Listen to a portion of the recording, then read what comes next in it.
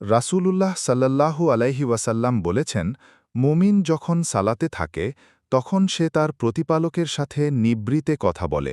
সহিহ বুখারী, হাদিস ৪১৩।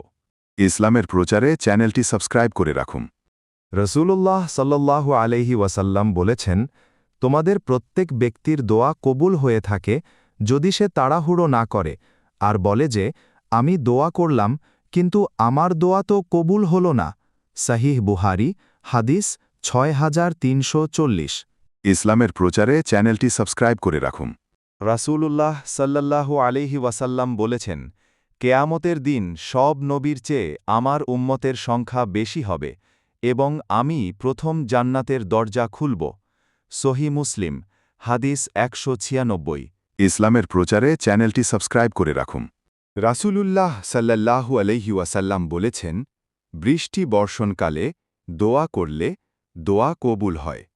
আবু দাউদ, হাদিস ২৫৪০। ইসলামের প্রচারে চ্যানেলটি সাবস্ক্রাইব করে রাখুন। রাসূলুল্লাহ সাল্লাল্লাহু আলাইহি ওয়াসাল্লাম বলেছেন, দান খয়রাত আল্লাহ তাআলার অসন্তুষ্টি কমিয়ে দেয় এবং অপমানজনক মৃত্যু রোধ করে।